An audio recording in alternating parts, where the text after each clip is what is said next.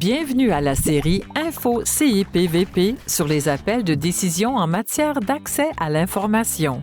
Dans cette série, vous découvrirez tout ce qu'il faut savoir pour interjeter appel à notre bureau.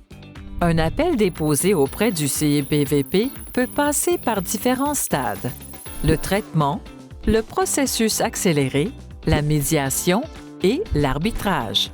Notre tribunal met tout en œuvre pour régler les dossiers rapidement et à l'amiable dans la mesure du possible. La plupart des dossiers sont réglés à un stade précoce du processus. Dans cette vidéo, nous traitons du processus accéléré. Régler un appel peut prendre du temps, selon la nature et le nombre de documents en cause. Mais, dans le cas des appels qui font intervenir des aspects préliminaires ou procéduraux et qui ne portent pas encore sur des documents précis, le CIPVP propose une méthode plus rapide, le processus accéléré.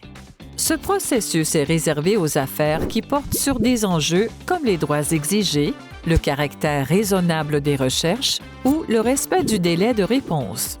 Le processus accéléré permet de régler rapidement les questions préliminaires ou procédurales, car une seule personne s'occupe de votre dossier du début à la fin.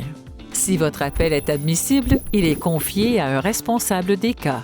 Ce responsable peut trancher ou rejeter un appel et même rendre une ordonnance pour régler l'affaire.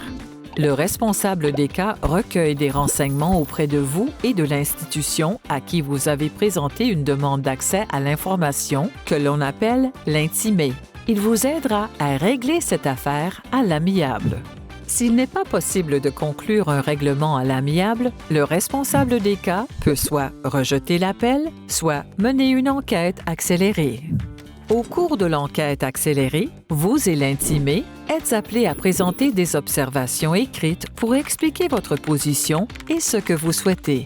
Comme ce processus est accéléré, vous devez répondre dans des délais serrés.